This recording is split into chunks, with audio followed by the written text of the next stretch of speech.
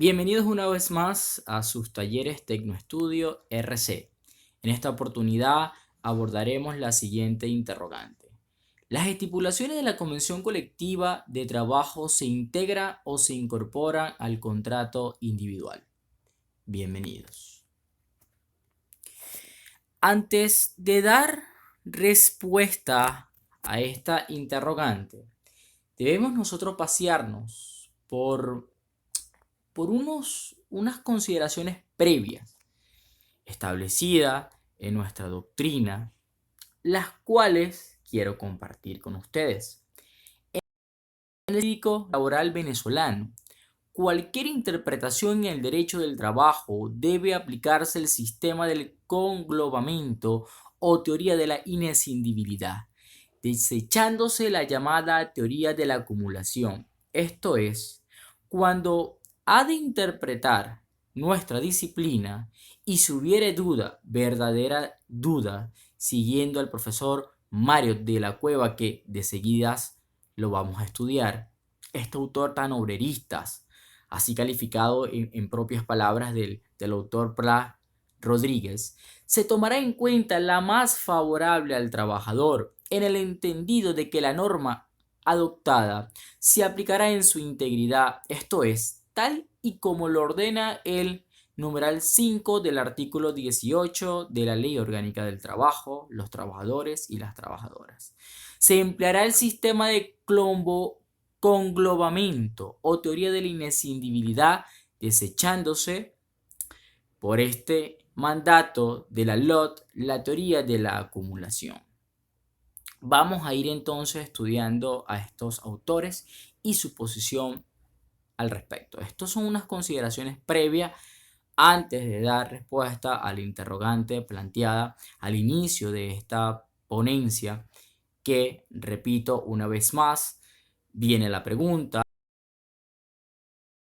cláusulas o el contenido de esa convención colectiva se integra o se incorporan al contrato individual de trabajo. Para el profesor Mario de la Cueva, se ha hablado del principio que en caso de duda debe resolverse la controversia a favor del trabajador, puesto que el derecho es eminentemente proteccionista.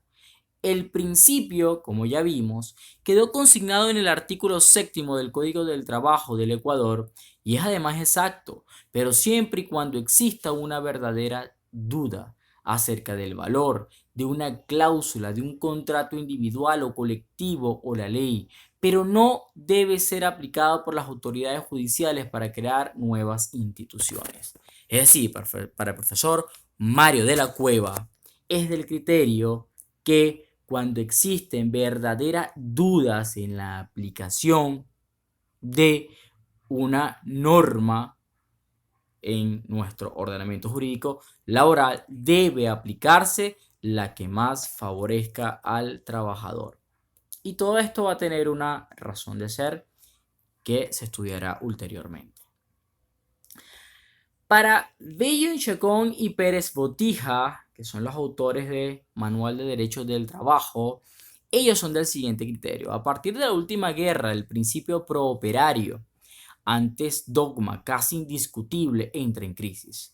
Aluden al profesor. Se le considera impropio de una disciplina que ha superado ya su momento inicial. Se afirma su incompatibilidad con la imparcialidad del verdadero juez de trabajo. Se exige que exista un caso de verdadera duda sobre el alcance del precepto jurídico aplicable. Se considera contrario a la igualdad que garantiza las constituciones y hasta un autor tan inclinado a la causa de los trabajadores como Mario de la Cueva escribe palabras definitivas en contra suya. Estos autores pues acogen la teoría del profesor Mario de la Cueva al establecer que este principio prooperario, este principio que se aplica en favor del trabajador en caso de una verdadera duda, pues debe ser así, aplicarse en favor del trabajador, pero que exista una verdadera duda en cuanto a la aplicación de las normas en el ordenamiento jurídico laboral. Para Caldera, al disertar sobre el principio de la norma más favorable, opinó que aunque inobjetable, también es cierto que su aplicación no está exenta de dificultades.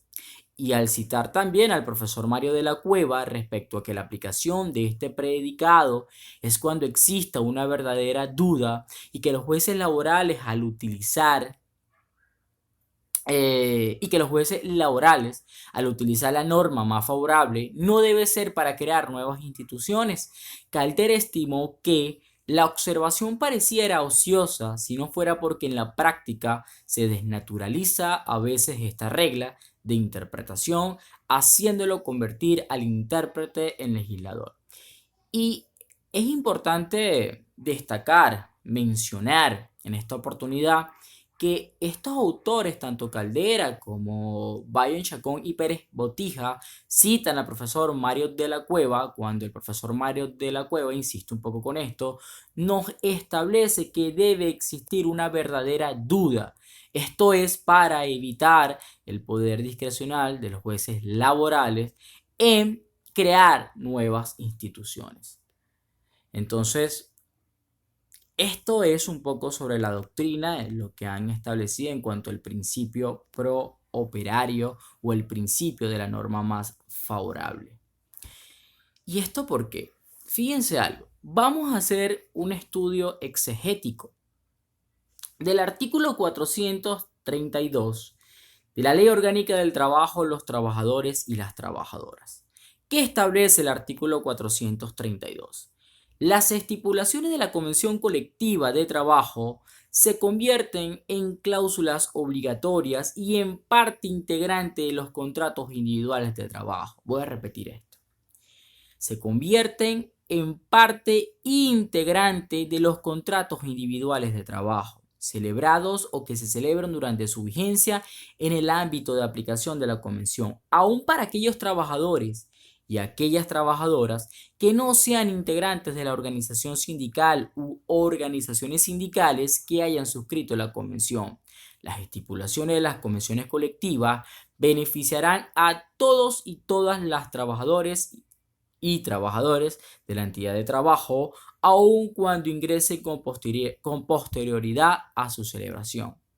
En este escenario es cuando surge la disputa de si las estipulaciones de la Convención Colectiva de Trabajo se integran o se incorporan al contrato individual de trabajo. Es decir, es cuando surge el debate entre la tesis de la integración y la tesis de la incorporación. Vamos a estudiar ahora por qué esta pugna entre estos vocablos de integrar y de incorporar. ¿Cuál es la importancia de establecer la diferencia entre la tesis de la integración y la tesis de la incorporación? Vamos a estudiar entonces esta pugna que existe entre estas dos tesis. Como ya lo comenté, hay una dualidad entre aquellos autores quienes sostienen que las cláusulas de una convención colectiva, que el contenido de un contrato colectivo obedecen a la tesis de la integración y con ello las cláusulas se integran al contrato individual de trabajo, y aquellos autores quienes sostienen la tesis de la incorporación, es decir, que este contenido de las cláusulas de la convención colectiva no se integra, sino se van a incorporar al contrato individual de trabajo. Vamos a estudiar un poco sobre estos autores.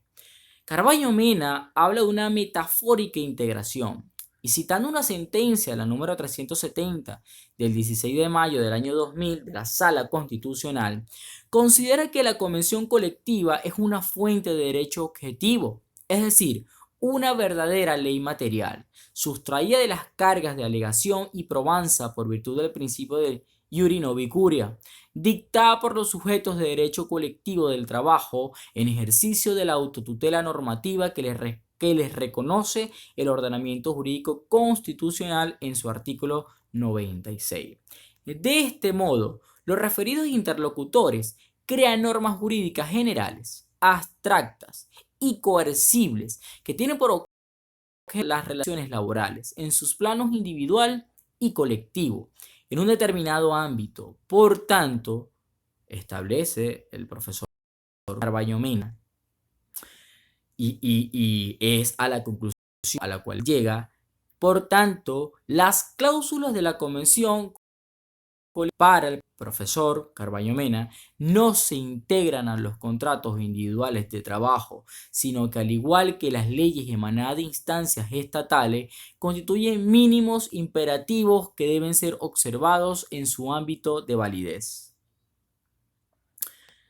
Continuemos. Entonces, sabemos ya de antemano que para el profesor Carballo Mena no está de acuerdo con esa tesis de la integración. Los contratos individuales, por tanto, las cláusulas de esa convención colectiva, el contenido del contrato de trabajo, no se integran al contrato individual. ¿Y en qué se traduce esto? Continuemos. Para el profesor Freddy Caridad Mosquera, establece lo siguiente. Esta afirmación respecto a que la convención colectiva de trabajo es una ley material resulta muy discutible en nuestro medio jurídico. Si partimos de los artículos 156, 32, 187, 1 de la Constitución de la República Bolivariana de Venezuela, numeral 32, numeral primero. En cuanto a que la legislación en las materias de ámbito nacional, como la del trabajo, son de la competencia exclusiva y excluyente de la Asamblea Nacional, y solo la ley laboral dictada conforme a estas reglas de producción del derecho impuesta por la Constitución es la que jurídicamente se tiene como eso, como ley, pues que la LOTT sea dictada solo por la Asamblea Nacional es un requisito de mérito para su validez y eficacia. Yo comparto la posición del profesor Freddy Caridad Mosquera, toda vez que tengo un criterio el cual comparto, es que para hablar de ley es el acto sancionado por la Asamblea Nacional actuando como cuerpo legislador. Entonces, nada, pues esta afirmación de que la Convención Colectiva de Trabajo es una ley material, comparto el criterio del profesor Freddy Caridad Mosquera, es muy discutible, ¿no? Por eso, para adelantar, también soy de criterio que las cláusulas, el contenido de un contrato individual se integra a estos contratos individuales de trabajo. ¿Okay? No considero que la Convención Colectiva de Trabajo, insisto, sea considerada una ley material, toda vez que soy partícipe de esta concepción del artículo 202 de la Constitución al establecer el criterio formal de lo que debe entenderse por ley. Continuemos. El profesor Alfonso Guzmán, profesor que en paz descanse, al referir que la convención colectiva estipula las condiciones que en igualdad han de darse en el centro de trabajo, comenta que esa regla es de origen no convencional y cita varios artículos legales y reglamentarios vigentes para sostener su tesis en aquel entonces, en el año 1977. En este sentido, señaló que el artículo 49 de la hoy derogada Ley del Trabajo del año 1936, equivalente parcialmente al ordenado por el artículo 432 de la Ley Orgánica del Trabajo de los Trabajadores y las Trabajadoras, es la fuente de la supuesta obligación de convertir las estipulaciones del contrato individual en parte integrante de los contratos individuales y de la nulidad emergente en caso de contradicción. La teoría de la incorporación para el profesor, Alfonso Guzmán, también está de acuerdo en que las cláusulas de un contrato individual de trabajo sean parte integrante de los contratos individuales. La teoría de la incorporación para Pla Rodríguez establece lo siguiente. El contenido de cada convenio colectivo pasa automáticamente a formar parte del contenido del contrato individual del trabajo. De modo que, aunque termine el convenio colectivo, y esto es importante, no pueden rebajarse las condiciones primitivamente estipuladas en el convenio colectivo y luego transformadas en estipulaciones del contrato individual.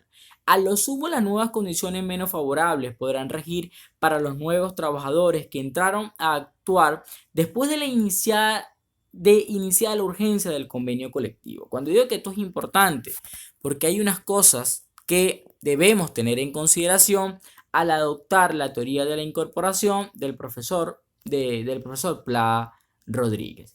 ¿Por qué? Bueno, este es un tema verdaderamente difícil porque la solución que parece lógica encontraría una especie de dogma en materia laboral. Las condiciones de trabajo no pueden modificarse in peius según lo expuesto por el profesor Pla Rodríguez. Es lo que viene a decir la regla de la condición más beneficiosa, una de las expresiones del principio protector. El problema no se había planteado en su verdadera dimensión porque durante mucho tiempo la prosperidad sostenida de la situación económica y la modestia de los niveles de los beneficios hacían que el tema no surgiera. Se pensaba que las modificaciones eran siempre para mejorar. Era el tiempo del gran optimismo. Hay quienes sostienen que la teoría de la incorporación no es verdadera, por lo que no existe el efecto automático de pasar una cláusula de convenio colectivo al contrato individual.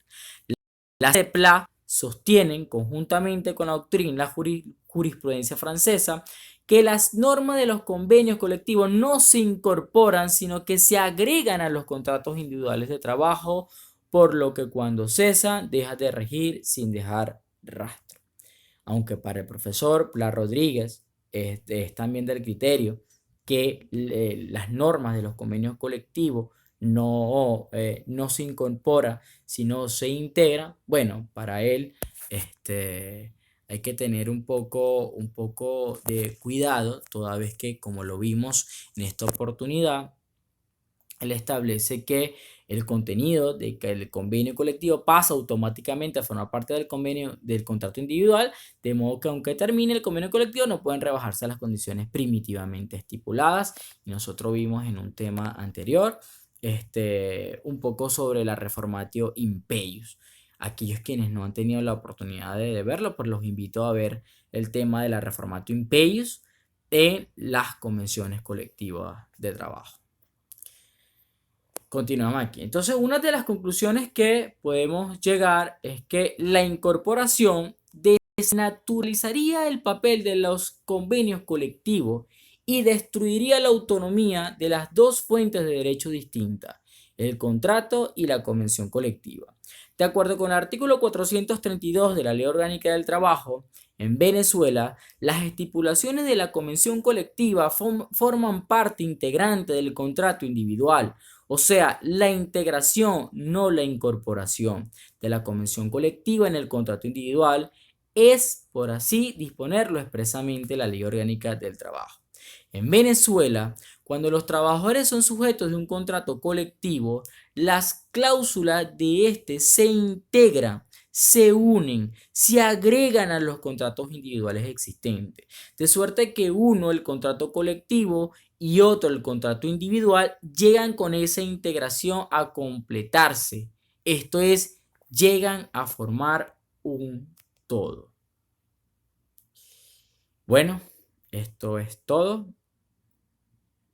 Gracias por participar en estos talleres Tecnoestudio RC.